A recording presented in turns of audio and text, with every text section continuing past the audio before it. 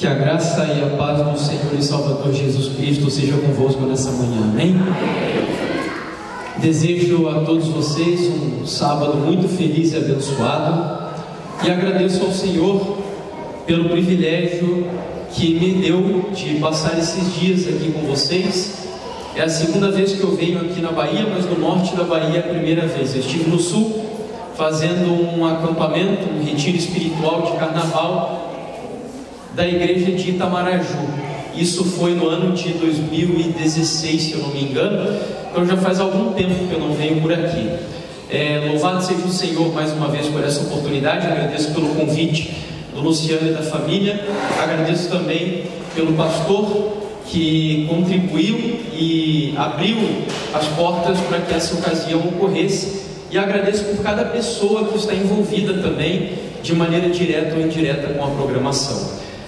Quero, se isso serve de motivação para você participar ao longo desta meia semana de oração, todas as vezes que eu faço uma viagem missionária com um propósito de reavivamento e reforma como esse, há um grupo de mais ou menos 100 pessoas. Esse grupo cresce a cada viagem que eu faço, com quem eu me comunico, pedindo para orarem pelas programações. Então, esse grupo é composto por pastores, por anciãos, por diáconos, por pessoas leigas, mas que eu vejo que têm o interesse de se consagrar a Deus. E eu gostaria de dizer a você que tem no mínimo, isso é no mínimo mesmo, umas 100 pessoas orando por essa programação aqui ao longo desses dias. Então você não pode perder. Deus tem bênçãos especiais separadas para todas as noites que estaremos aqui reunidos, e eu gostaria de pedir também que você lembre de me incluir em suas orações durante esses dias. É uma responsabilidade tremenda colocar-me aqui como mensageiro do Senhor.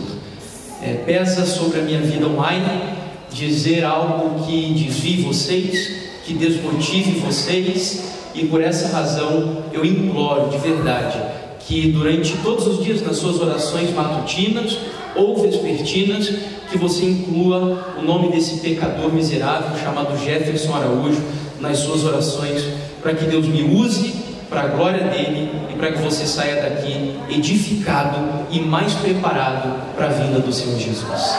Tá certo? Bom, nós teremos, portanto, como disse o Luciano, são 6 encontros ao longo de 5 dias, e nessa manhã o nosso primeiro tema será princípios e cultura. Na parte da tarde, o tema é justamente o título dessa programação, chamado Identidade em Risco, onde nós vamos ampliar o tema da manhã. Então pela manhã nós falaremos sobre essa tensão que há entre os princípios da Bíblia e a cultura contemporânea, a cultura que eu e você vivemos. E à tarde nós vamos abrir o panorama do que é a noite. Verdade, estou acostumado com programações à tarde no sábado, hoje será à noite. Então à noite nós vamos explicar o que é essa cultura que nós vivemos e por que ela é tão hostil à fé cristã. Amanhã à noite nós falaremos sobre crescimento da igreja, e é um tema também importantíssimo, porque eu creio que é o interesse de todo cristão que a igreja cresça. Entretanto, eu vou apresentar a vocês alguns métodos que têm sido utilizados que não agradam ao Senhor e que são influência da cultura que nós vivemos. E aí você vai compreender porque hoje nós temos mais de 30 mil igrejas cristãs aí pelo mundo afora. Na segunda-feira à noite é o tema mais importante, ou um dos mais importantes da semana, e eu digo a você que se você tiver que faltar algum dos dias dessa semana, que não falte segunda-feira de jeito nenhum, porque nós falaremos sobre família, e esse é um tema urgentíssimo, dada a dificuldade que temos encontrado justamente vivendo nessa nossa cultura, ideologia de gênero, sexualidade, divórcio e etc. Então nós vamos tratar seriamente sobre esse tema. Afinal de contas, não há reforma na igreja, não há reavivamento na igreja, se a reforma e o reavivamento não começar dentro do lar. Na terça-feira nós falaremos sobre o Armagedon, e a conclusão da nossa programação é uma mensagem cujo tema será a verdade presente. que é a mensagem mais importante que nós, como igreja, devemos viver e pregar para abreviar a volta do Senhor Jesus. Então, feche os seus olhos, assim como você está, e vamos dar início à primeira mensagem dessa programação. Senhor nosso Deus e eterno Pai bendito e todo-poderoso, que habitas e reinas nas alturas dos céus, nós louvamos o teu santo nome e adoramos ao Senhor nesta manhã na beleza da tua santidade, e com o nosso coração profundamente agradecido, nos colocamos na tua santa e augusta presença, pedindo que o Senhor repouse sobre nós a bênção do Espírito Santo nesta manhã. Nós já louvamos, expressando através do cântico o desejo que temos de que o Senhor esteja conosco, mas agora em oração nós imploramos também para que, assim como as portas e as janelas deste local estão abertas neste momento, que as portas espirituais e as janelas espirituais da nossa alma se abram para que o Senhor atue poderosamente na nossa vida através da pregação da tua santa palavra. Este aqui, Senhor, é um lugar comum. Eventos corriqueiros ocorrem aqui dentro deste recinto, mas neste momento, quando invocamos o teu nome, quando louvamos ao Senhor e quando em nome de Jesus nos reunimos em qualidade de igreja, este deixe de ser um local comum para se tornar um local santo pela tua presença. Por isso nós pedimos que os anjos do Senhor voem sobre esse local, e que os anjos do Senhor impeçam com que o diabo, o príncipe das trevas, atrapalhe esta programação.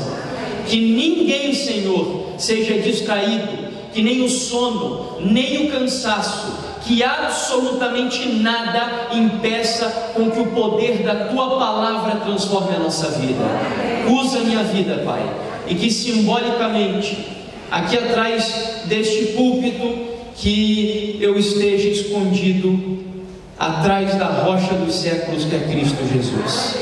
Que Ele seja exaltado, que Ele seja engrandecido, que Ele seja levantado neste templo, nesta manhã, e que todos nós sejamos atraídos para Ele, em nome de Jesus, com o perdão dos nossos pecados.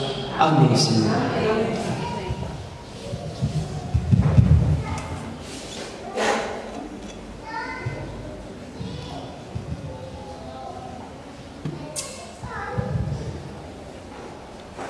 Bom, princípios e cultura será o nosso tema da manhã.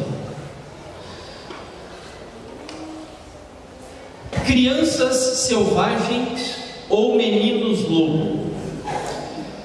Essas são algumas histórias verídicas que aconteceram com bebês que foram abandonados em florestas ou lugares isolados. E durante o tempo que essas crianças, esses bebês, permaneceram em estado de abandono, não contraíram nenhum tipo de contato com os seres humanos. Quando foram encontradas, já estavam inclusive em idades mais avançadas, 7, 8, 9 anos de idade mais ou menos, e os estudiosos que os encontraram e começaram a observar o comportamento dessas crianças perceberam que eles se comportavam como animais. Essas experiências deram origem, por exemplo, a um desenho antigo da Walt Disney, que foi feito um remake recente, chamado Mowgli, o Menino Lobo. Não recomendo que ninguém veja, conto apenas a título de informação. Agora, de todos os casos, o mais conhecido seguramente é o caso das irmãs chamadas Amala e Kamala. Elas foram encontradas na Índia no ano de 1920 e alguns comportamentos estranhos foram observados entre elas. Um deles é que elas se alimentavam apenas de carne crua ou podre. Quando bebês foram abandonadas e foram cuidadas por uma matilha, ou seja, um grupo de lobos, e elas acabaram adquirindo o comportamento desses animais. Não falavam absolutamente nada, apenas emitiam ruídos, e quando caminhavam, andavam apoiadas sobre os 4 membros, e para fazer trajetos mais curtos, elas usavam os cotovelos, e também não apresentavam nenhum sinal de afetividade como um ser humano comum. Em realidade, a Kamala, que é a irmã mais velha, ela chorou apenas uma única vez, quando a sua irmãzinha mais nova, a Amala, faleceu. E a verdade é que elas não duraram muito tempo, mesmo quando foram recolhidas pelos antropólogos que começaram a estudar o caso dessas crianças, por conta da insalubridade, do alimento podre que consumiam, acabaram vivendo muito pouco. Existem pessoas que, quando eu conto essa história, duvidam que ela seja verdadeira. Aqui estão algumas fotos dessas 2 irmãs, Amala e Kamala, inclusive a forma como elas dormiam, e aqui como se alimentavam e como emitiam ruídos, assim como já mencionei, para se comunicar com seres humanos. Bom, eu dei início à nossa mensagem nessa manhã contando essa experiência para vocês, a fim de nós compreendermos algo que é tremendo e que acontece com os seres humanos. E esse algo a que eu me refiro se chama influência. Todos os seres humanos são potencialmente influenciados pelo meio que vivem, isso de maneira direta ou indireta. Eu sei que alguns nesse momento estão pensando que pessoas são mais influenciadas do que outras, algumas pessoas são mais influenciadas do que as outras. Isso é verdade. Se você compara, por exemplo, uma criança com um adulto, as crianças são muito mais influenciadas do que os adultos. Mas é um fato comprovado de que todos os seres humanos, de maneira direta ou indireta, em grau mais elevado ou menos elevado, todos os seres humanos são influenciados pelo meio que vivem. Tem um filósofo do século XVII chamado John Locke, que desenvolveu uma teoria conhecida como teoria da tábula rasa, onde ele dizia que as pessoas são como uma página de papel em branco, onde ao longo da nossa vida, tudo aquilo com que nós entramos em contato influenciará e moldará o nosso caráter e a nossa personalidade. Inclusive tem pessoas que, crendo que são bastante autênticas, dizem que são pessoas de personalidade. Eu sou uma pessoa de personalidade, sou uma pessoa autêntica. Muitos dizem assim. Entretanto, eu não sei se você sabia, mas até mesmo a sua personalidade nada mais é do que o produto da influência que você recebeu daquelas pessoas com as quais você mais esteve em contato ao longo da sua vida. Seja o seu pai, a sua mãe, os seus professores da escola, os seus vizinhos, essas pessoas moldaram o seu caráter e a sua personalidade. Assim sendo, o nosso Deus, sabendo disso, no livro de Deuteronômio, e entrando agora naquilo que mais nos interessa, que é o universo espiritual, no livro de Deuteronômio, capítulo 18, verso 9, ele faz uma importante advertência, um importante conselho e dá uma importante orientação para o seu povo. Deuteronômio capítulo 18, verso 9 diz assim: quando entrares na terra que o Senhor teu Deus te der, não aprenderás a fazer conforme as abominações daqueles povos. Entendam o contexto. O Senhor aqui estava se dirigindo a um grupo de escravos que haviam sido há pouco libertos da terra do Egito. E você sabe que um escravo ele é tratado como se fosse um animal. Escravo não tem vontade própria.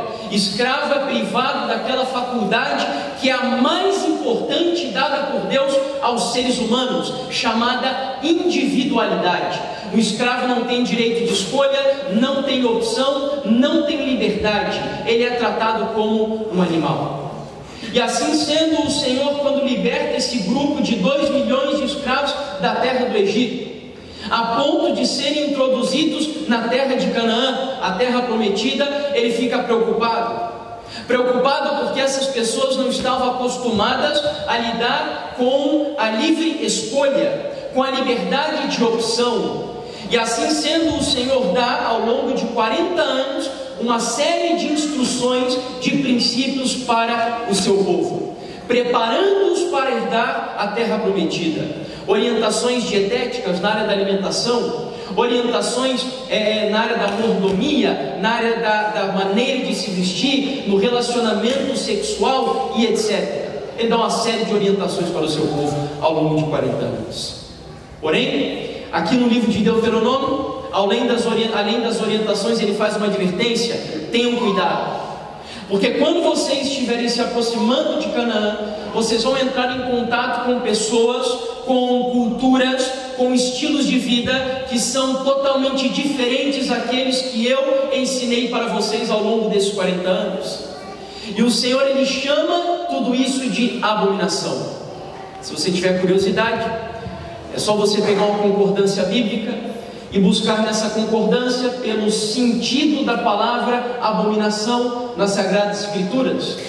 E você vai encontrar, por exemplo, que para Deus, abominação é você mentir, abominação é você consumir bebidas alcoólicas. Isso aos olhos de Deus é abominação. Outra abominação aos olhos de Deus na Bíblia é o adultério, o sexo extraconjugal. Aos olhos de Deus é abominável. Outra prática abominável para o Senhor é a prática da homossexualidade. E por que eu enfatizo a expressão prática? Porque tem pessoas que confundem as coisas e pensam que o fato de alguém ser homossexual, isso já implica uma culpa pecaminosa sobre ele. Não é assim que funciona. Aos olhos de Deus, o homossexual, ele não é pior do que cada um de nós que somos pecadores. Se o homossexual, ele resiste à prática da homossexualidade, pela graça de Jesus, ele é um filho de Deus como qualquer um de nós que estamos aqui. Mas se o homossexual pratica a homossexualidade, é abominação aos olhos de Deus. Agora me permitam abrir um breve parênteses aqui, uma breve digressão, fazendo um comentário sobre algo que eu creio ser uma demagogia e até uma hipocrisia de alguns cristãos contemporâneos. Algum tempo atrás, eu via líderes, pastores de várias igrejas e às vezes membros até promovendo boicotes às novelas da Rede Globo, alguns produtos, por exemplo, que promoviam a prática da homossexualidade. E por que eu creio ser isso uma demagogia? Porque aos olhos de Deus, uma novela, por exemplo, ela não é abominável apenas por incitar a prática da homossexualidade. Se uma novela contém adultério, se uma novela contém mentira, se uma novela contém a fornicação, que é o sexo antes do casamento, essa novela já é abominável aos olhos de Deus. Então não adianta nós queremos se colocar em uma atitude pia e santa aos olhos da sociedade apenas pela questão da homossexualidade. Não, nós temos que viver de toda a palavra que vem da boca de Deus, em nome do Senhor Jesus. Amém. E assim sendo, tudo isso que eu acabei de contar para vocês, aqui nesse texto, para os habitantes de Canaã, era cultura. É como se nós pudéssemos ler assim essa passagem: quando entrares na terra que o Senhor teu Deus te der, não aprenderás a fazer conforme a cultura daqueles povos. E por que eu digo cultura? Porque para os habitantes de Canaã, manter relação sexual antes do casamento era parte da cultura deles, fazia parte da adoração a Baal.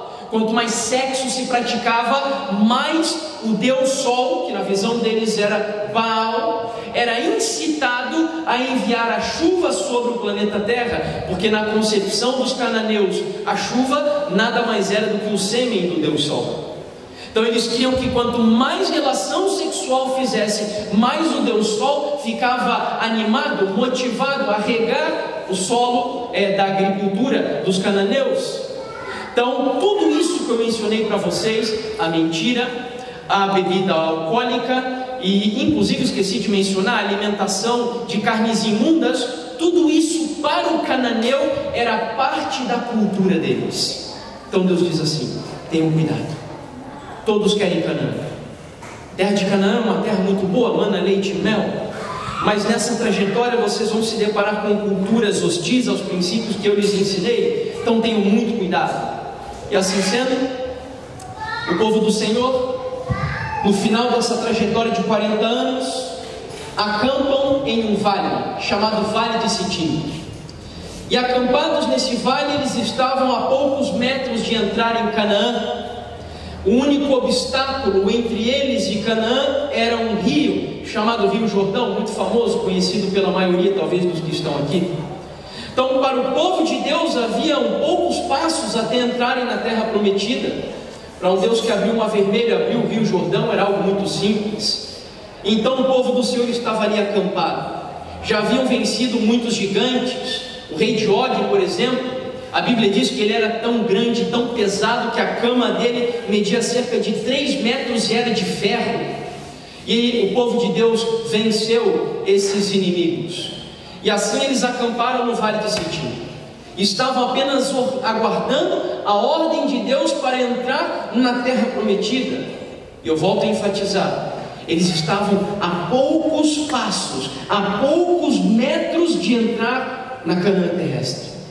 Talvez, eu não sei bem como era a geografia daquela região, mas talvez ali de longe eles já conseguissem até mesmo contemplar as muralhas de Jericó, que era a primeira cidade que o povo de Deus venceria a fim de dominar a terra, que era a possessão da própria igreja do Senhor. Existem algumas pessoas que criticam essa atitude do povo de Deus entrar em Canaã, chamando isso de genocídio, dizendo que o povo de Deus era ruim, que Deus era a favor da matança, da guerra e etc. Eu não sei se você sabia, mas a terra de Canaã era propriedade do próprio povo de Deus. Ela havia sido usurpada pelos inimigos. Abraão, cerca de 450 anos antes, comprou a terra de Canaã. Mas como Deus disse que passar-se-ia ainda cerca de 400 anos até que a geração dele fosse liberta do Egito, então a terra que Abraão comprou foi dominada por outros povos, pertencia ao povo de Deus. O que eles estavam fazendo era apenas tomar de volta aquilo que era deles. Mas agora eu quero que você preste atenção nesse texto aqui. É um texto comentado por Ellen White no livro Patriarcas e Profetas, no capítulo 41, tratando sobre essa experiência do Vale de Sitim. Mas por entre aquele atrativo ambiente encontraram um mal mais cruel do que poderosos exércitos de homens armados e animais ferozes do deserto. Aquele território tão rico em vantagens naturais tinha sido contaminado por seus habitantes. No culto público de Baal, a principal divindade, levavam-se constantemente a efeito as cenas mais degradantes e iníquas de todos os lados. Havia lugares que eram notados pela idolatria e licenciosidade, oferecendo seus próprios nomes à sugestão da vileza e corrupção do povo. E o texto termina dizendo: tal ambiente exercia uma influência corruptora sobre os israelitas. Suas mentes se tornaram familiares com os vis pensamentos constantemente sugeridos. Sua vida de comodidade e inação produzia os seus efeitos desmoralizadores e quase como?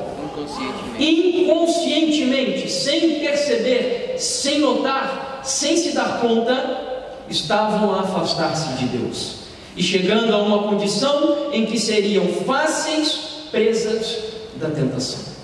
Tenta imaginar a cena: o povo de Deus acampado ali no Vale de Sitim, e o ambiente que o circundava era um ambiente hostil, era um ambiente onde eles contemplavam uma série de coisas que contrariavam os princípios da palavra do Senhor. E que coisas eram essas? Todas as que eu mencionei para vocês aqui anteriormente. Então eles estavam cercados de uma cultura que se embriagava, que acreditava que manter relação sexual antes do casamento não tinha problema, de que praticar relação sexual extraconjugal não tinha problema, e por aí vai. Eles estavam cercados dessa cultura. E ao invés de vigiarem, ao invés de estarem se preparando para entrar em Canaã, eles acabaram de alguma forma abrindo mão das suas defesas, até que se tornaram presas fáceis da tentação de Satanás. Sabe como isso aconteceu? Ou melhor, antes de contar como aconteceu, eu convido você a abrir a sua Bíblia no livro de Números, capítulo 25, e ver, a fim de ver qual foi a consequência de tudo isso que acabamos de ler. Números 25, versos 1 até o 3.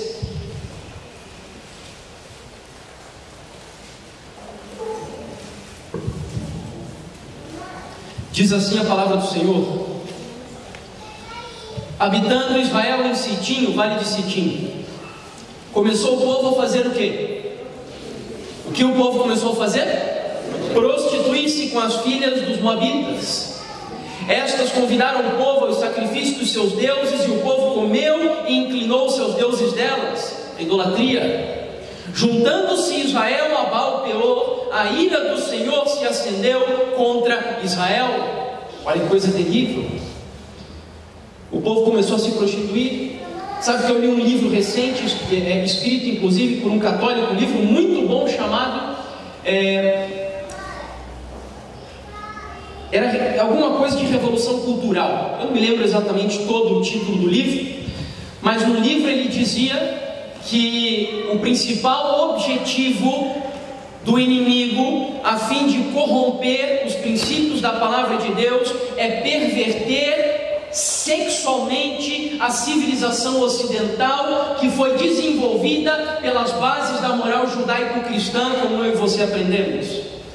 Então não há nada melhor para corromper uma civilização, principalmente como a nossa, que desde pequeno aprendemos a moralidade, os valores, a ética, os princípios da moral judaico-cristã, da Bíblia Sagrada. Não há nada melhor a fim de corromper essa civilização do que corrompê-los sexualmente.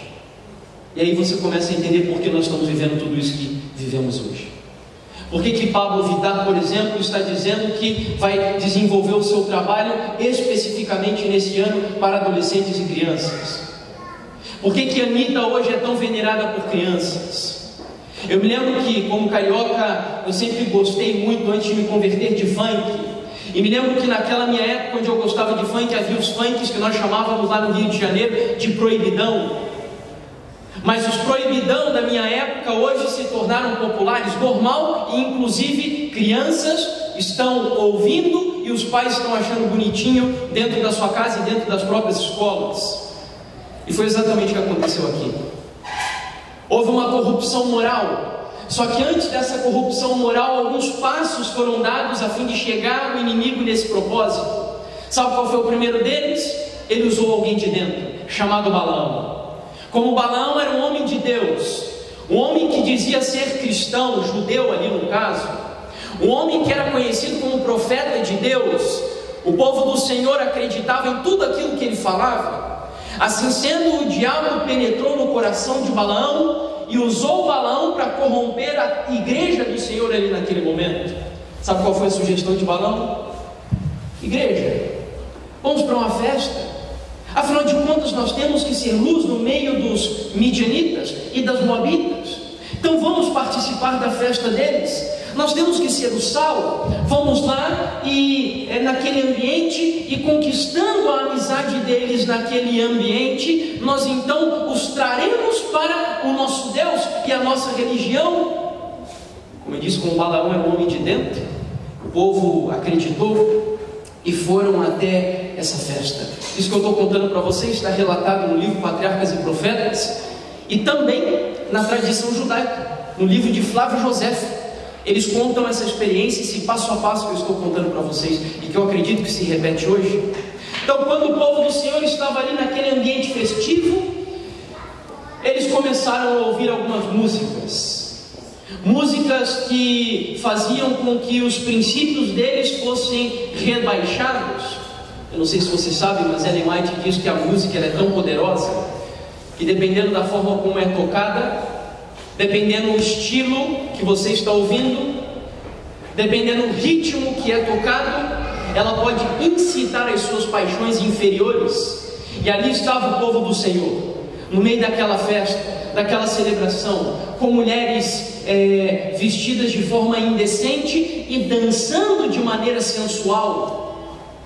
Quando o povo de Deus viu, eles já estavam completamente envoltos por aquela festividade. E aí, Balaão dá uma próxima ideia: dê a eles de beber. E alguns dizem que a Bíblia menciona que se você bebe socialmente não tem problema. Lendo engano. Eu não sei quantos viram um vídeo que o Dr. Rodrigo Silva publicou recentemente falando sobre o vinho nas Escrituras, mas o vinho é escarnecedor. E aquele que bebe uma gota desse vinho não é sábio, já está se colocando em terreno perigoso. Portanto, o povo do Senhor se embriagou. E uma vez embriagado, a concepção que eles tinham do santo e do profano, ela foi perdida.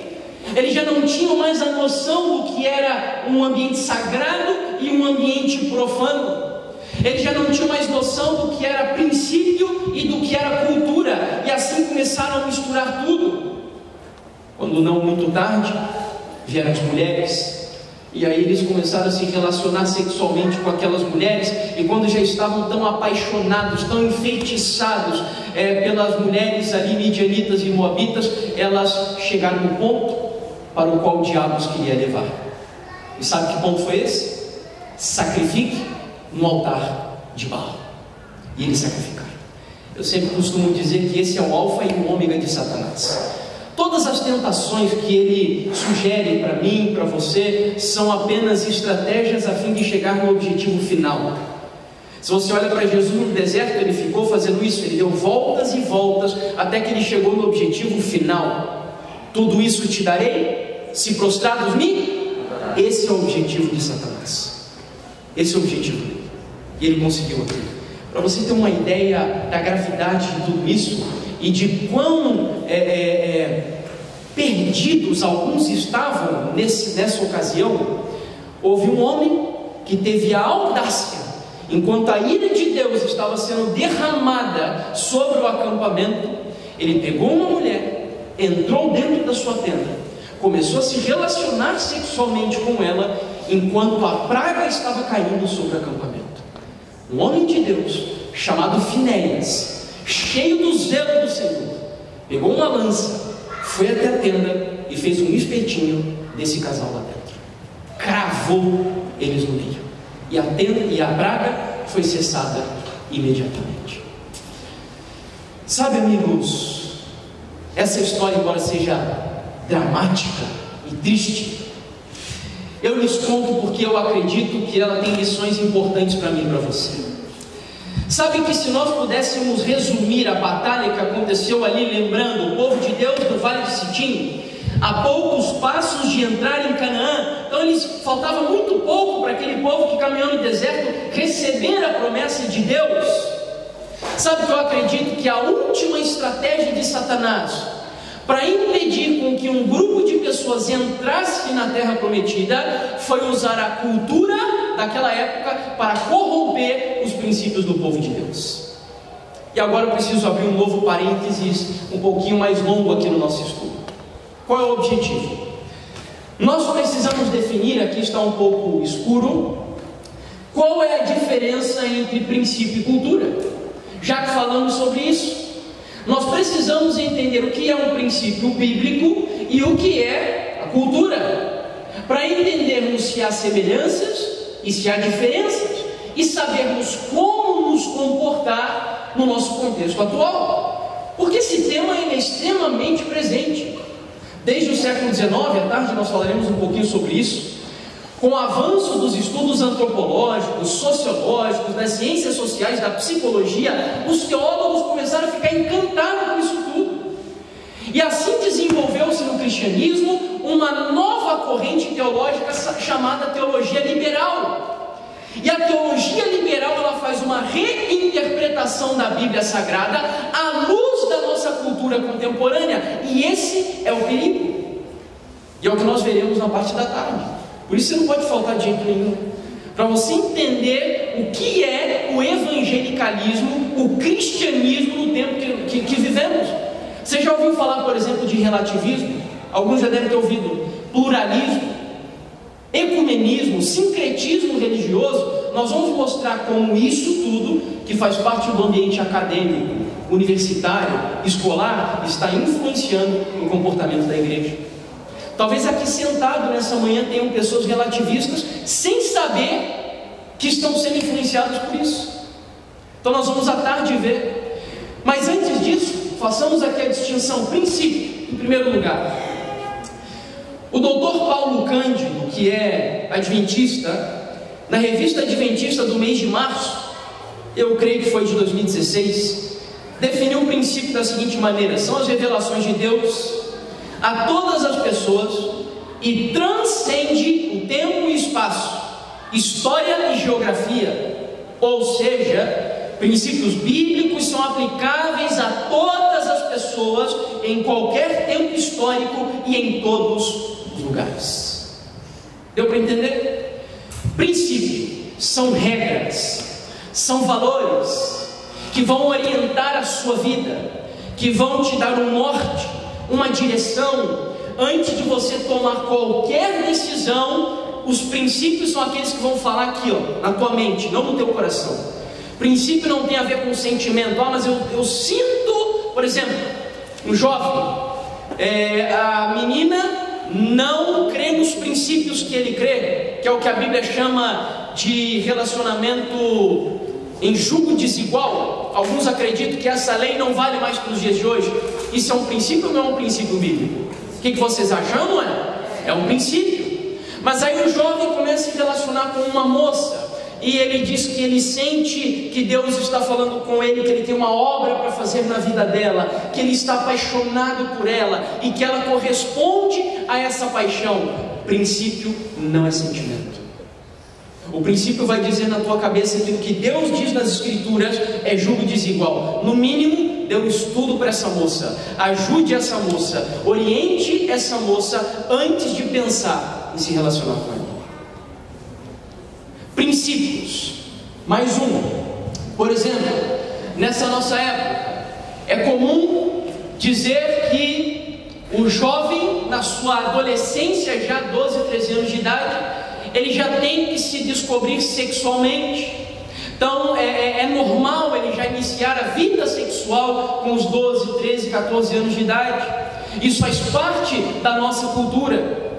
A masturbação é algo bom na visão da ciência moderna. Porém, a minha avózinha, coitada até, eu me casei com 20 anos de idade, minha esposa com 19, começamos a namorar, ela tinha 14 e eu 15 anos.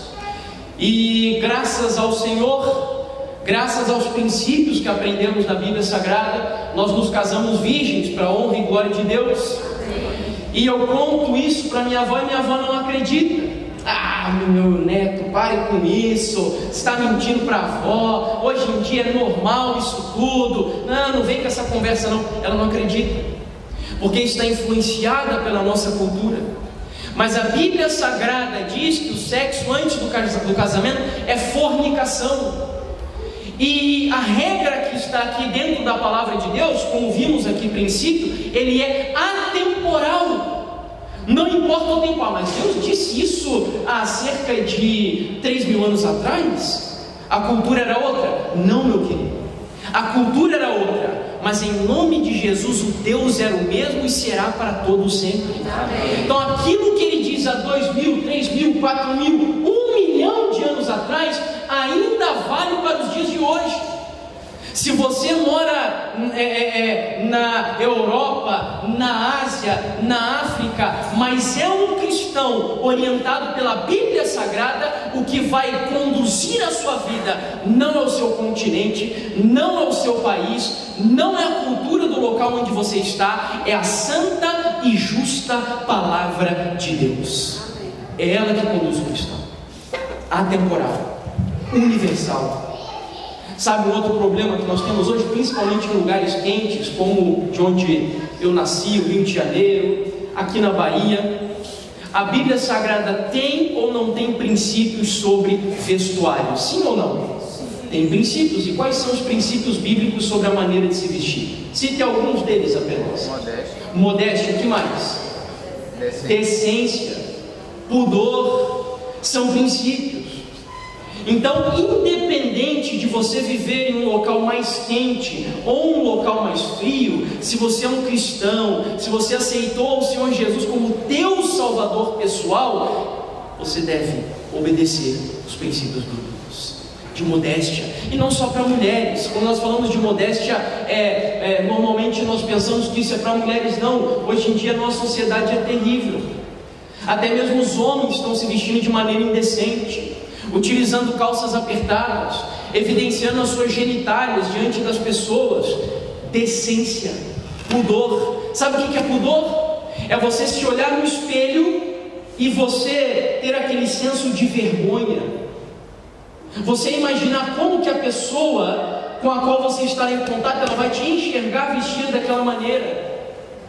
Essa filosofia que a nossa sociedade contemporânea apregoa, de que você tem autonomia, você é dono do teu corpo, as tuas regras, isso é diabólico. O que vale no nosso corpo não são as nossas regras, sabe por quê? Porque o meu corpo não pertence a mim, ele foi comprado pelo meu Deus. E quem dita as regras daquilo que eu devo fazer e daquilo que eu não devo fazer com o meu corpo é o meu Deus e não eu mesmo. A não ser que você não seja um cristão, mas conheça essa fé maravilhosa. Tem pessoas que dizem: não, mas esse negócio, o exterior não importa, o que importa é o interior. Será? Se você olha, por exemplo, para um grupo de pessoas que gostam do estilo de música emo, eles têm uma maneira peculiar de se vestir, sim ou não? Tem. Eu, por exemplo, antes de me converter, eu gostava de hip hop, dançava break, fazia capoeira, e eu me vestia assim como eles se vestem. Eu tinha um ídolo chamado Eminem, e eu me vestia exatamente como ele, porque o grupo de pessoas com o qual você se associa, você vai mostrar isso para a sociedade através do seu comportamento exterior. Não tem como separar as duas coisas. Então, princípios vão te orientar, vão te conduzir, mas e a cultura? Será que então eu tenho que abrir mão de tudo o que é cultural para obedecer os princípios bíblicos? Vejamos. Cultura foi definida, aqui ao lado direito, pela primeira vez por um estudioso chamado Edward Taylor no século XIX, e ele diz o seguinte: que cultura é um conjunto complexo que inclui os conhecimentos, as crenças, a arte, a lei, a moral, os costumes e todas as outras capacidades e hábitos adquiridos pelo homem enquanto membro de uma sociedade. Cultura e princípio é muito parecido, os dois. Os princípios, eles também vão te ensinar, por exemplo, valores morais, éticos, artísticos, tudo aquilo que a cultura faz. Agora, a grande diferença entre os princípios e a cultura, ela pode ser notada aqui no finalzinho. Por exemplo, o princípio, segundo a definição do doutor Paulo Cândido, ele deve orientar as pessoas em todos os lugares. Então, independente de onde você mora, de onde você vive, os princípios devem te conduzir. Agora, a cultura, ela é universal, a cultura? Não, a cultura não é universal, ela é o quê? Ela é local. Por exemplo, quando eu vinha para cá, alguns dias antes, o irmão Luciano me perguntou o que eu tinha o hábito de comer, aí no café da manhã, no almoço, e ele comentou que vocês aqui têm o costume de comer, como é que é o nome mesmo? Fugiu agora. O cuscuz, exatamente, o cuscuz. Lá no sul nós não comemos cuscuz, é mais no almoço principalmente, o feijão e o arroz, e o milho que a gente utiliza ali é muito mais na pamonha, e é muito menos do que vocês utilizam aqui nessa região. Mas eu pergunto, tem algum problema, biblicamente falando, comer cuscuz?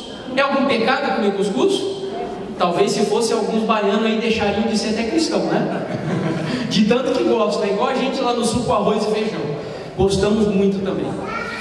Então, nem sempre a cultura, ela vai agredir os seus princípios, nem sempre. A cultura nem sempre ela é problemática.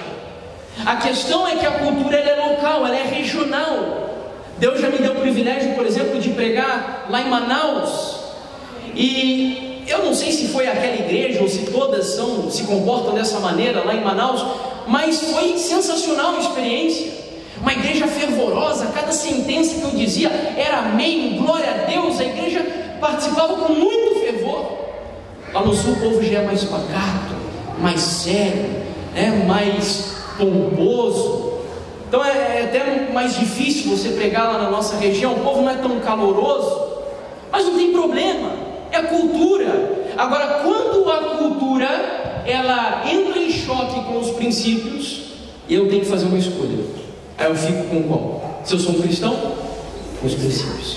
Para facilitar o nosso entendimento, vou citar uma frase, vou parafrasear as palavras de Pedro, que eu sei que você conhece muito bem, que estão em Atos, registradas em Atos capítulo 5, verso 29, onde Pedro diz assim: antes importa obedecer a Deus do que aos... Agora vamos fazer a paráfrase. Antes importa obedecer aos princípios do que a... Vamos repetir? Antes importa obedecer aos princípios do que a... Lembrem-se disso, meus irmãos, em nome do Senhor Jesus. Amém. A igreja contemporânea está perdendo a noção disso. Princípios e cultura podem se mesclar? Até pode, desde que você tenha muito claramente definido na sua vida quais são os seus princípios. Porque do contrário, você vai começar a pisar em cada um deles sem se dar conta do que você está fazendo. Vamos avançar um pouco mais e voltar onde estávamos, no Vale de Sitim. Olha o que diz o apóstolo Paulo em 1 Coríntios capítulo 10, verso 11. Olha que passagem importante. Paulo está falando do Vale de Sitim, e ele vai dizer assim: estas coisas, o que aconteceu ali no vale, lhes sobrevieram como exemplos e foram escritas para a advertência nossa, de nós outros, sobre quem os fins dos séculos têm chegado. Agora eu preciso fazer uma pergunta para vocês, senão não tem como eu continuar aqui a mensagem. Quantos acreditam de todo o coração que muito em breve nós veremos o Senhor Jesus Cristo voltando nas nuvens dos céus em poder e grande glória? Respondam com um amém bem forte. Amém. Amém. Gostei de ver, foi um dos melhores que eu já recebi. Bom, agora dá para a gente seguir. Por quê? Porque Paulo ele traça uma linha de separação. Ele diz assim: olha, aquilo que vocês acabaram de estudar, que aconteceu lá no Vale de Sitim, é uma história, mas é uma história que foi registrada para exemplo daqueles que vivem quando? No fim dos tempos. Ou seja, se você não crê que Jesus está voltando, então você não vai receber como deveria o que veremos aqui agora. Agora, se você crê, é hora de prestar atenção. No mesmo livro Patriarcas e Profetas, capítulo 41, olhe o que diz Ellen White. Aproximando-nos do final do tempo, ao achar-se o povo de Deus nas fronteiras da Canaã celestial, Satanás redobrará como fez antigamente os seus esforços para os impedir de entrar na boa terra.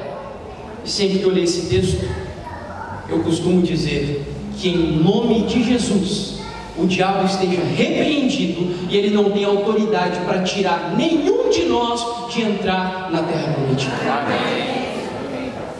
Agora o texto está aí, mas o texto tem uma boa notícia também, embora não pareça. O texto é assustador, porque por um lado diz que Satanás ele vem com força dobrada. Aquilo que ele fez lá no Vale de Sitim ele vai fazer hoje também. E o que ele vai fazer? Ele vai usar a cultura contemporânea para desviar você da igreja. E às vezes nem para desviar você da igreja, mas ele vai usar a cultura contemporânea para fazer você querer que a igreja mude para você permanecer dentro dela. Isso talvez seja mais perigoso. É a estratégia dele. A grande estratégia de Satanás hoje é essa. O texto diz que hoje ele vai repetir a estratégia. Só que hoje, sabendo que agora nós não estamos a ponto de herdar a Canaã terrestre, mas a Canaã celestial, sabendo que o que está em jogo agora é a nossa vida eterna ou morte eterna, ele vai jogar o jogo da vida. Então ele vem com força dobrada para tirar você da promessa do Senhor. Só que eu tenho uma boa notícia para você. Louvado seja Deus, o nosso Deus que conhece todas as coisas, o nosso Deus onisciente que conhece o fim desde o princípio. Ele, já sabendo que o diabo vem com força dobrada, ele fez uma promessa para a igreja, uma promessa para mim e para você. que nesse tempo, onde Satanás vem com força dobrada para desviar-nos da Canaã celestial, ele vai derramar o Espírito Santo em porção dobrada sobre a igreja também. Bendito seja o nome do Senhor. O diabo vem com força dobrada, Deus vem com força dobrada. Como que se chama isso? Chuva o quê? Chuva serôdia. Chuva serôdia. Agora, eu quero mostrar algo para vocês. Quero mostrar algo para vocês. Será que o inimigo tem obtido algum êxito nessa batalha cultural contra a igreja? Tem, irmãos. Tem muito. O berço do protestantismo é a Europa. Os protestantes nasceram na Europa. Se você olha para o cristianismo na Europa hoje, dá vontade de chorar. Aqui no Brasil, o cristianismo está crescendo. Só que o cristianismo que cresce aqui no Brasil não é o cristianismo bíblico. É um cristianismo sincrético, ecumênico, bruxificado, espiritualizado, prostituído e apostatado. Esse é o cristianismo que está crescendo aqui no Brasil. Não é o cristianismo bíblico. É o cristianismo que joga a cadeira, que cai no chão, esse é o cristianismo que está crescendo aqui no Brasil. E esse não é o cristianismo bíblico, volto a repetir. Na Europa, o cristianismo não está crescendo, está morrendo. E quando eu digo morrendo, não é um exagero, é sério.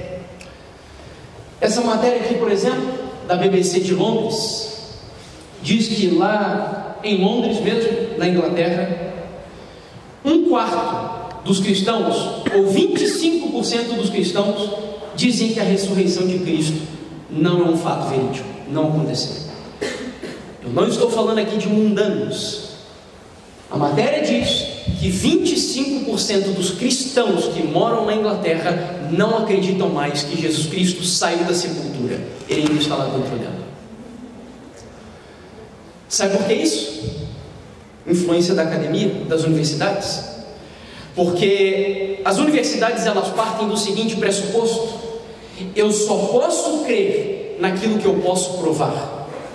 Tudo aquilo que é natural, tudo aquilo que pode ser analisado dentro de laboratório, por observação, é científico. Mas tudo aquilo que é sobrenatural, que é metafísico, que é transcendental, que não pode ser encerrado dentro de um laboratório, estudado através de observação, é anticientífico, portanto, é mito, não é verdadeiro. Portanto, rejeita-se a ressurreição de Cristo, rejeita-se os milagres que a Bíblia menciona, tudo aquilo é mito. Eram apenas histórias que o povo utilizava para ensinar lições de moral, lições éticas para pessoas que viriam na sua posteridade. 25% dos cristãos na Inglaterra, de John Wesley, fundador da igreja metodista. Na Inglaterra, de George Whitefield, que eu vou contar um pouquinho da história dele para vocês no domingo à noite. Na Inglaterra, de John Wycliffe, conhecido como a estrela da manhã da reforma. Homens que deram a vida para defender os princípios da palavra do Senhor seriam hoje envergonhados pela igreja cristã lá no país onde eles nasceram. Um outro país, esse talvez mais conhecido pela influência que aquele que nasceu nesse país teve para a reforma protestante, é a Alemanha. E essa matéria no portal gospel mais famoso aqui do nosso país, chamado Gospel Prime, diz que 1/3 dos cristãos, ou 33,3% dos cristãos na Alemanha já não acreditam mais no céu. Creem que a vida ela se reduz ao que vivemos aqui na terra: nascer, crescer, se reproduzir e morrer, e ali acabou. Cristãos acreditando nisso. Talvez isso explique os altos índices de suicídio, de depressão na vida das pessoas, porque eu te pergunto, qual seria o sentido da vida se a vida fosse reduzida a nascer, crescer, se reproduzir e morrer? Que sentido tem isso para a sua vida? Felizmente, irmãos, olha, é triste a nossa situação, e é por isso que nós como igreja precisamos cumprir o nosso papel e dar a nossa vida para defender o que Deus está nos ensinando, porque a igreja é a única lâmpada que pode acender para afastar o entenebrecimento sobre o qual nosso mundo contemporâneo está. Se a igreja não brilhar, esse nosso mundo vai de mal a pior e vai se autodestruir. Vai se autodestruir. Chegou a hora da gente mudar, em nome de Jesus. Nós temos que assumir o nosso papel como igreja. Temos que assumir o nosso papel. O mundo precisa disso. E a gente vai voltar nessa questão ao longo da nossa semana. É muito importante. Deus, Jesus, quando subiu para o céu, Ele depositou a missão de iluminar o mundo nas mãos da igreja. Ele deu para os discípulos. Os discípulos entregaram o bastão para os reformadores. Os reformadores entregaram o bastão nas mãos do pioneiro dessa igreja que você faz parte. E quando Ellen White morre, quando Tiago White, José Bates e tantos outros vão para a sepultura, eles pegaram o bastão e colocaram na tua mão para que você termine a obra no lugar deles. Chegou a hora. Chegou a hora. Enquanto o cristianismo está indo de mal a pior, Londres, 423 novas mesquitas e 500 igrejas fechadas. Sabe o que está acontecendo? Enquanto nós não estamos cumprindo o nosso papel em uma sociedade que sente necessidade de Deus, porque as pessoas hoje sentem necessidade de Deus, elas estão buscando em fonte errada, mas elas sentem essa necessidade de algo transcendente, de algo que dê significado para a vida delas. Inclusive eu conto uma história aqui para vocês muito curiosa. Tem algum psicólogo aqui? Ou alguém estudante da área de psicologia? Ninguém? Tem, né? Ok. Deve ter mais gente, mas eu sei que fica com vergonha de levantar a mão. Mas existe um psicólogo chamado Viktor Frankl. Ele não é divulgado na academia, nas universidades, porque ele era judeu, ele cria em Deus. E as universidades, elas só idolatram e divulgam aqueles que são ateus, que defendem o materialismo, como Marx, por exemplo, ateu, como Freud e como tantos outros. Mas Viktor Frankl era um judeu, crente em Deus. E ele participou de uma experiência cruel na época da Segunda Guerra Mundial. Foi enviado para um campo de concentração. Só que ele começou a observar o comportamento daquelas pessoas ali dentro. E ele viu que ali haviam pessoas que passavam por aquela experiência melhor do que outras, que lutavam para sair dali. E ele começou a observar a vida daquelas pessoas para descobrir o que os fazia enfrentar a dificuldade de maneira positiva. E ele chegou a uma conclusão: aquelas pessoas tinham significado, sentido na sua vida. Alguns queriam sair dali porque gostariam de rever a esposa, porque o filho estava para nascer, porque tinham planejamento para a sua vida futura e lutavam para sair daquele local.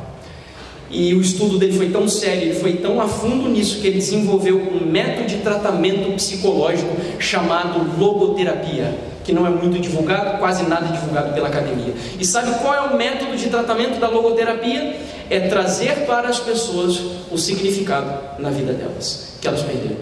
Tem um pastor da nossa igreja, e eu cito o nome dele porque eu ouvi ele dizendo isso no testemunho, que passou por uma experiência de depressão profunda, e graças a Deus ele conseguiu superar fazendo esse tratamento logoterápico do Viktor Frankl.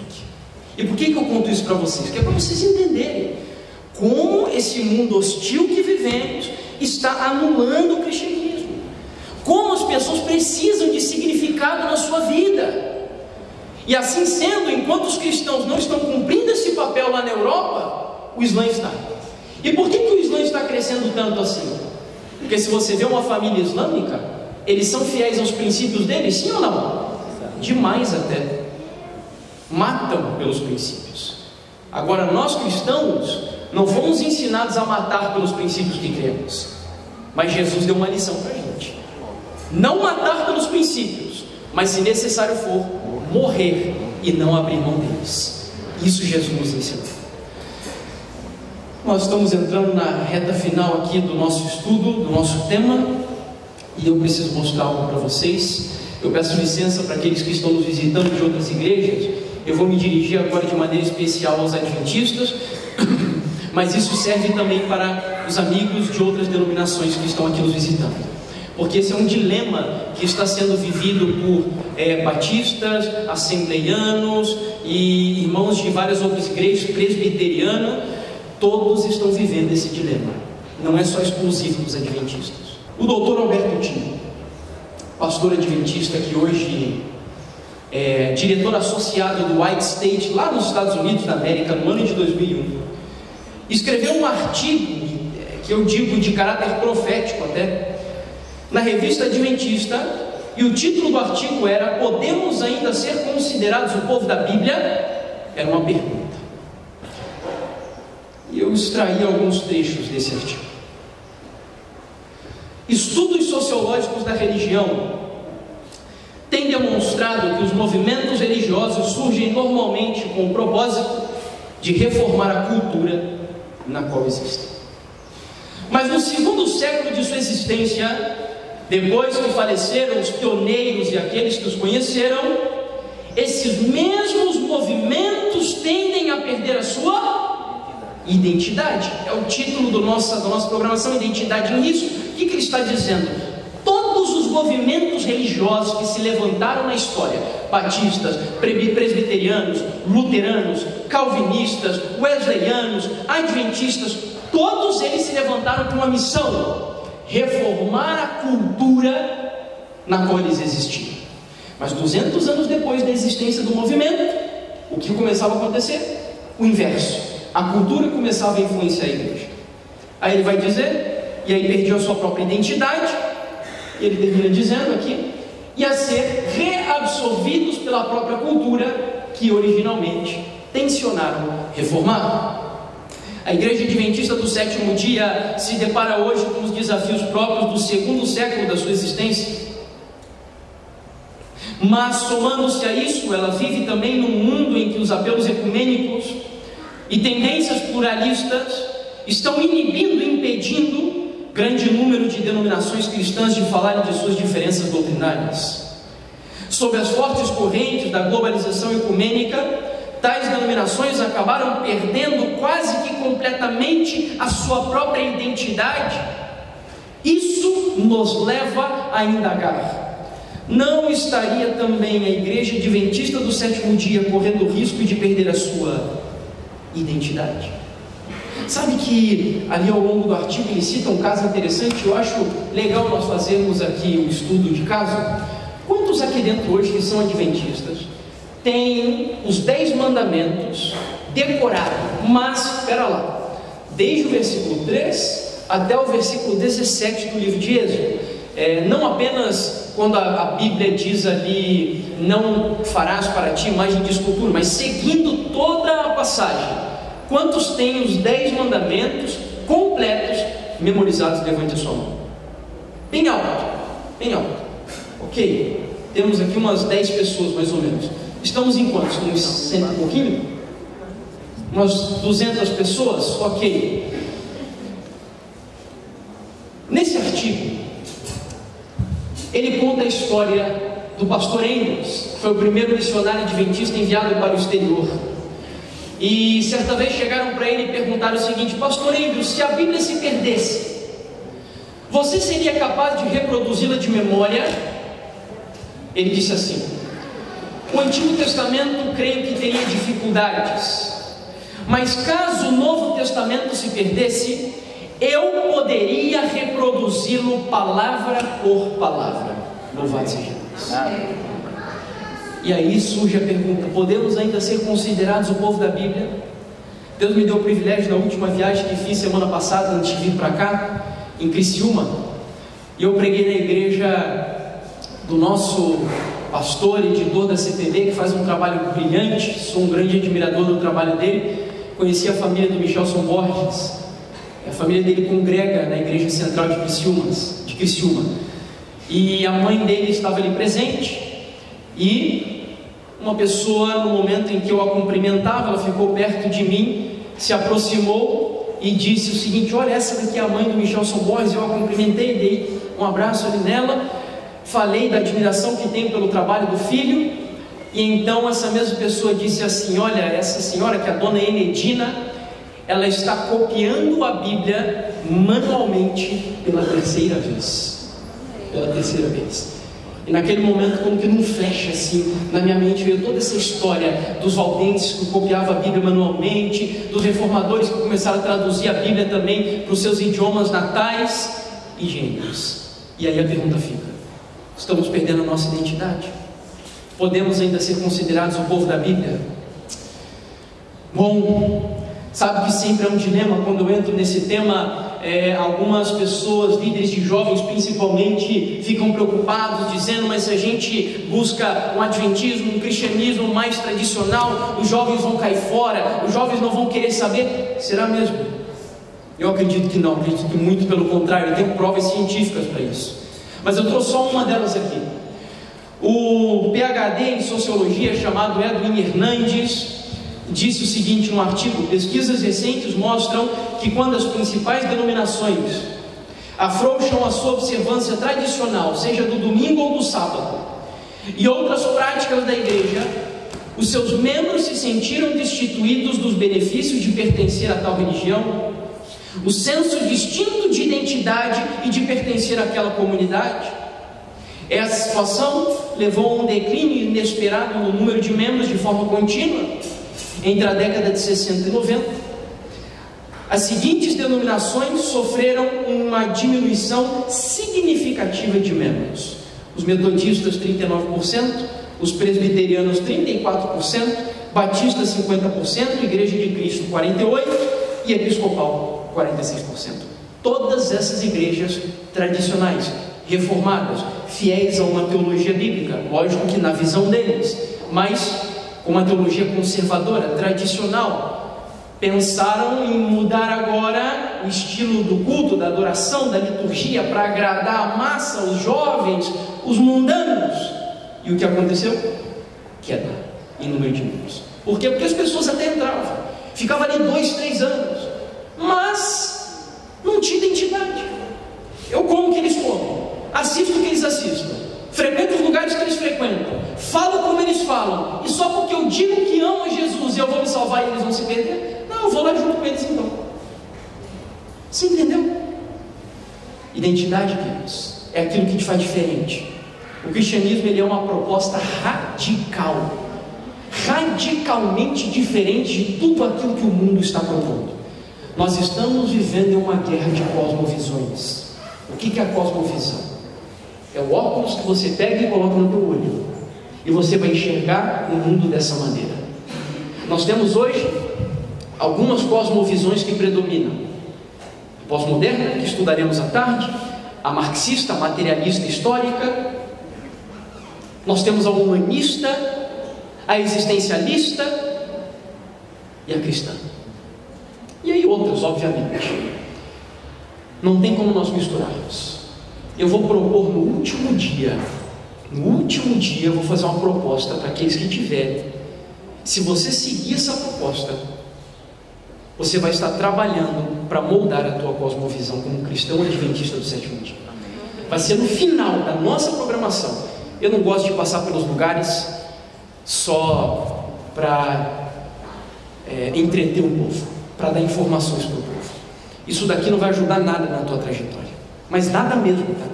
Isso daqui é só uma corda que nós vamos dar em vocês para te motivar a fazer algo. Se você não fizer nada depois dessa semana, essa semana não valeu absolutamente nada. Foi apenas mais uma na tua vida, e você vai se esquecer dela daqui a 2 meses mais ou menos. Então, no final, eu vou fazer uma proposta para você moldar a tua cosmovisão. E se você for fiel a ela, Jesus vai voltar e você estará entre os salvos em nome de Jesus.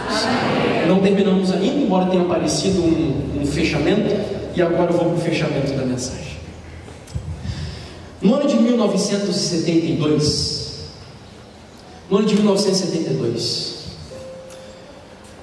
um pastor metodista chamado Dean Kelly foi convidado para fazer uma palestra num seminário adventista mais famoso dos Estados Unidos da América, que é a Universidade de Andrews.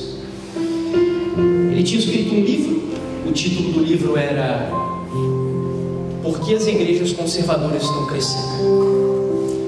E os adventistas ficaram tão encantados com o livro. Na verdade, ele escreveu o livro em 1972, e 10 anos depois, em 82, ele foi convidado para palestrar na nossa universidade, nos teologandos da nossa igreja, falando sobre o seu livro. Ele começou a preleção da sua palestra dizendo, penso que seja um pouco irônico, que alguém de uma igreja, no caso metodista, em declínio, venha falar sobre o crescimento da igreja para um grupo que tem tido uma taxa significativa, sólida, de crescimento. E aí ele, em certo momento da sua palestra, disse as seguintes palavras, presta muita atenção: se os adventistas querem parar de crescer e diminuir o número de seus membros de forma constante, como todas as igrejas, tudo o que devem fazer é enfatizar que a abstinência de álcool, o fumo, a cafeína e etc. não é na realidade essencial para a salvação. Devem salientar também que o vegetarianismo não é afinal tão relevante e que o lava-pés é algo meio ultrapassado. Afinal de contas, nenhuma igreja faz, por que fazemos isso? Devem reconhecer ainda que o dízimo, assim como outros fatores já mencionados, podem ser uma forma de justificação pelas obras. E quase não posso mencionar isso e dizer, introduzir a ideia de que se pode observar tanto o domingo como o sábado. Sabe o que Deus levou esse pastor para dizer lá na nossa cara? Perdoa a expressão, mas eu gosto de ser bem direto. Sabe o que Deus levou esse pastor para dizer para nós adventistas dentro da nossa universidade, onde sai a nossa teologia principal?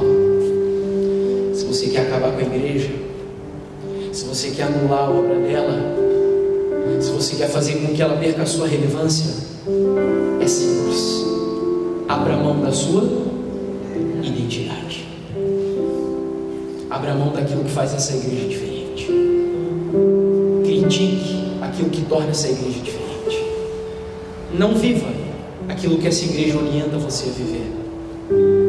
Foi isso que Deus levou esse pastor lá dentro para dizer para nós, irmãos. Sabe, eu li uma frase de um antropólogo brasileiro, possivelmente seja até um ateu, chamado Boaventura de Souza Santos. Essa frase foi escrita no contexto da antropologia e da cultura, mas eu creio que ela se encaixa bem aqui para nós, onde ele diz assim: as pessoas têm o direito de serem iguais, sempre que a diferença as tornar inferiores, mas também têm o direito de serem diferentes, sempre que a igualdade colocar em risco a sua identidade. Você precisa ter essa sensibilidade espiritual. Eu não sei onde você está hoje, eu não sei onde os teus olhos têm repousado, não sei onde os teus ouvidos têm descansado, por onde os teus pés têm andado e onde a tua mão tem tocado. Mas a pergunta que eu gostaria, e que eu sei que o Espírito Santo está colocando no teu coração nessa manhã, é a seguinte: você tem aberto mão da sua identidade? Você tem se comportado como um cristão de verdade? Você tem agido como uma pessoa que tem refletido a Cristo no seu caráter, na sua maneira de falar, de olhar, de se comportar, de agir, de comer, de se vestir? Sabe, queridos, nesse momento, eu gostaria que você, que a sua mente atravessasse o tempo da história do mundo. Se possível, que você rasgasse o véu que nos separa hoje daquilo que alguns viveram lá na época, nos primórdios da igreja cristã, quando cristãos eram lançados para serem mastigados pelas feras, quando cristãos nas arenas romanas eram tratados como palhaços para divertir aquela multidão que os ficava assistindo, quando cristãos, por defender a sua fé, eram lançados em fornalha de fogo, em caldeira de óleo fervendo, porque se negavam a abrir mão do Senhor Jesus, a quem eles professavam servir. Foram tantos os cristãos que morreram e deram a sua vida regando esse nosso mundo com o seu sangue, a ponto de um dos pais da igreja cristã, Tertuliano, dizer que o sangue dos cristãos é semente, porque quanto mais morriam, mais produziam. Meus irmãos, eu lamento lamento quando eu vejo pessoas hoje tirando, por exemplo, textos como o que o apóstolo Paulo escreveu em Romanos capítulo 10, dizendo que aquele que confessar a Jesus Cristo com a sua boca, esse será salvo. Pessoas tiram esse texto, ensinam os outros a dizerem: olha, só você falar que ama a Jesus, você não precisa mais de nada, é só você abrir o teu coração e Ele vai entrar e você já está salvo. Sabe em que contexto esse texto foi escrito? Num contexto do Império Romano, onde os soldados, os pretorianos que perseguiam os cristãos como feras atrás da sua presa, chegavam para os cristãos e diziam: você nega Jesus? E aí entra o texto: se confessares a Jesus com a tua boca, ele será salvo. Mas no Império Romano, se alguém nesse momento confessasse a Jesus diante de um soldado romano, a sua vida seria ceifada.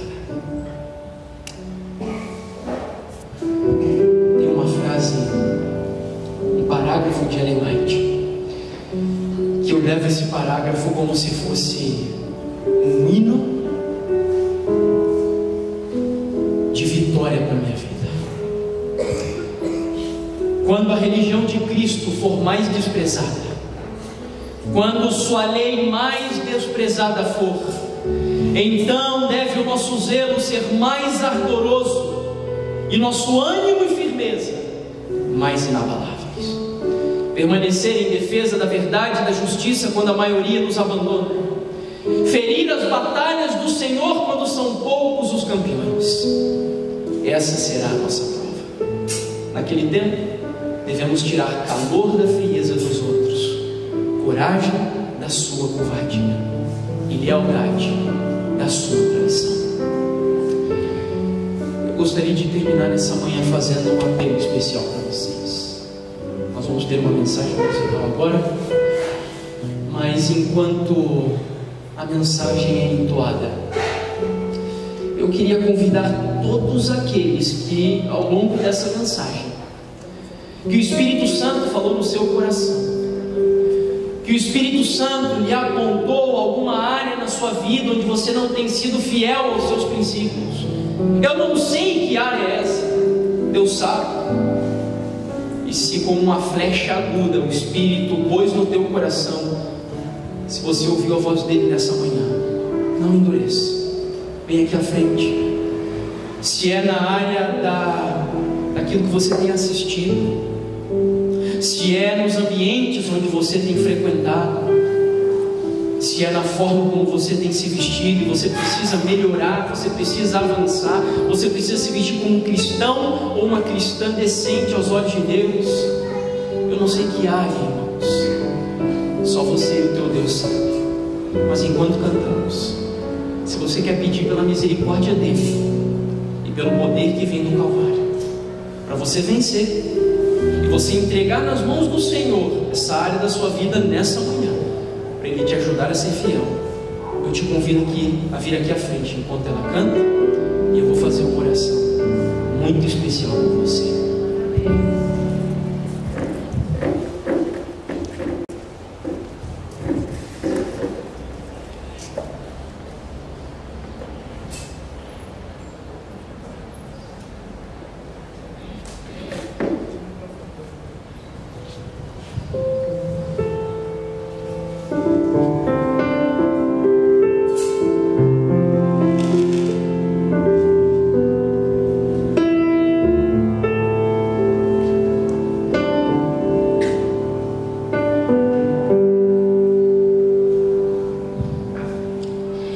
De todo meu coração quero pedir que Deus possa vir morar em tua vida, que te guarde ao entrares ou sair de qualquer lugar,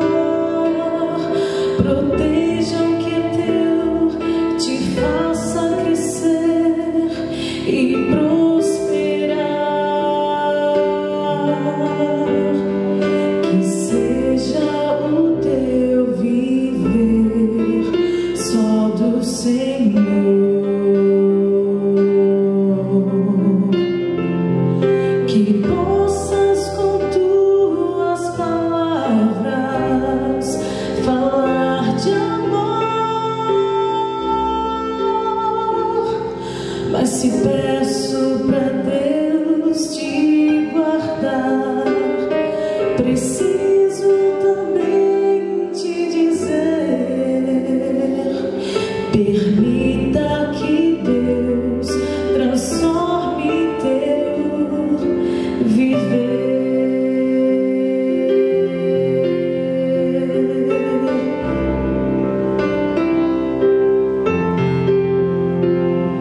De todo meu coração quero pedir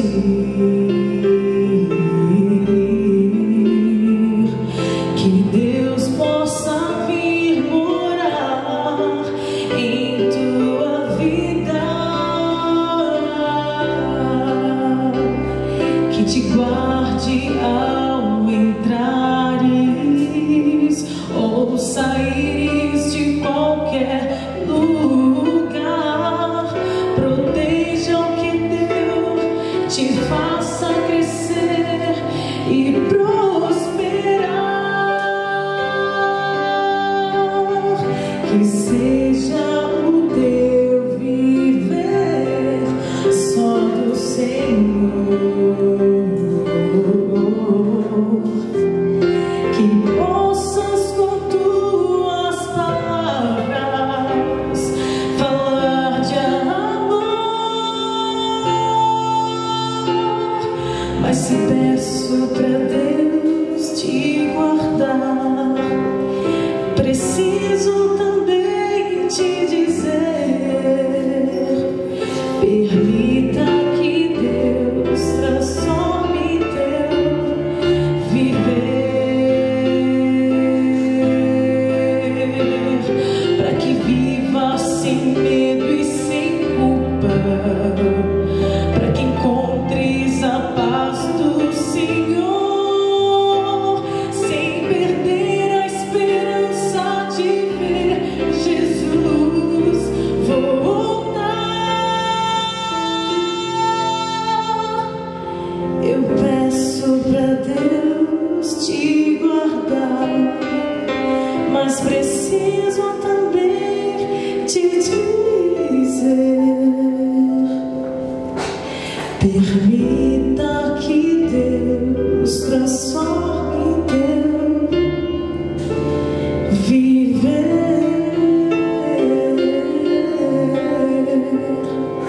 Permita que Deus transforme o teu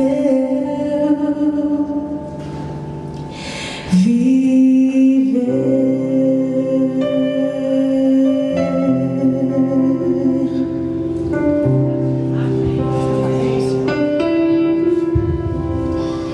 Bom,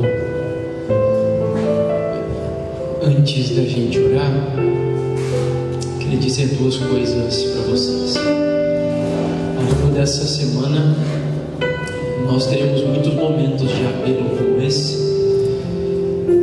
Talvez alguns não conheçam o porquê nós temos que nos manifestar fisicamente quando o apelo é feito. Eu gostaria de esclarecer isso. Quando um pregador faz um apelo, isso não é capricho do pregador. Nós estamos vivendo um conflito entre o bem e o mal. Deus sabe absolutamente tudo que está no seu coração. Tudo. Porém, os anjos não sabem. Satanás não sabe. Os demônios não sabem. Quando nós fazemos um apelo como esse, você se manifesta fisicamente. Você está dando uma resposta para o céu e para os demônios que você escolheu para colocar a Deus em primeiro lugar na sua vida. No momento que você se manifesta assim, o seu anjo, ele voa até os altos céus e no seu livro da vida é registrada a sua decisão. E Deus vai fazer o impossível para que essa decisão se cumpra na sua vida. Por isso é muito importante, nós repetiremos isso várias vezes durante essa semana. Agora o segundo recado é que antes de terminar com a minha oração, você precisa fazer a sua oração. De nada adianta eu orar por você se você não orar e colocar diante de Deus aquilo que você está se propondo nesse momento. Então eu vou dar 10 segundos para você. 20 segundos. E você vai apresentar diante do Senhor aquilo que você o entrega, e eu termino com uma oração final. Feche seus olhos e vamos orar.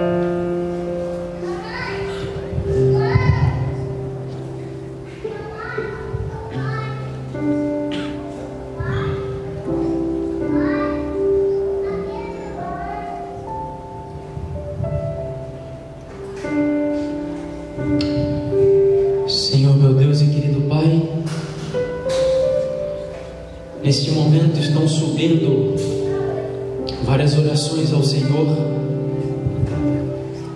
orações poluídas pelos nossos muitos pecados, orações pronunciadas no silêncio de um coração manchado, ferido, orações que são feitas e que só o nosso Deus Todo-Poderoso as conhece. Mas embora essas orações subam aos céus manchadas pelos nossos pecados, nós as fazemos com confiança, porque nós cremos que ao subir ao Teu reino, elas são mescladas com os méritos expiatórios do nosso Senhor e Salvador Jesus. Recebe, Senhor. Recebe nesse momento, Pai, as lutas que cada um de nós temos, os caminhos pecaminosos que temos trilhado. Nesse momento nós estamos pedindo perdão ao Senhor por aquilo que temos visto e não tem Te agradado, por aquilo que temos visto e tem ofendido ao Senhor. Nós estamos pedindo perdão ao Senhor pelo nosso comportamento que muitas vezes não tem refletido ao Deus que nós professamos servir. Que o sangue misericordioso de Cristo nos lave de todo o nosso pecado, Pai. E que esse mesmo sangue que lava e purifica nos dê poder para vencermos também os pecados na vida de cada um de nós. Nos ajuda, Paizinho querido. Nós hoje estamos vivendo muito perto de entrar em Canaã. Os nossos olhos já quase podem contemplar o nosso Salvador vindo nas nuvens dos céus. Nós ansiamos esse grande dia, Pai. Vimos que o inimigo vem com fúria para tentar neutralizar a Tua igreja, Senhor. Mas que em nome de Jesus, essa força dobrada, essa fúria satânica, ela seja impedida de agir na nossa vida ao recebermos a porção dobrada do Teu divino Espírito Santo. Nos prepara, Senhor, para sermos lavados pelo derramamento da chuva serôdia. Que essas águas milagrosas que vêm direto do rio da água da vida do reino dos céus, que elas nos regenerem, que nos façam nascer de novo e nos dar uma vida nova ao lado do Senhor Jesus. Essa é a nossa oração. Nos ajuda, Pai. Escreve a Tua palavra no nosso coração e nos prepara para que à tarde estejamos aqui novamente, estudando a Tua palavra e nos preparando ainda mais para o Teu reino. Em nome de Jesus. Amém, Senhor.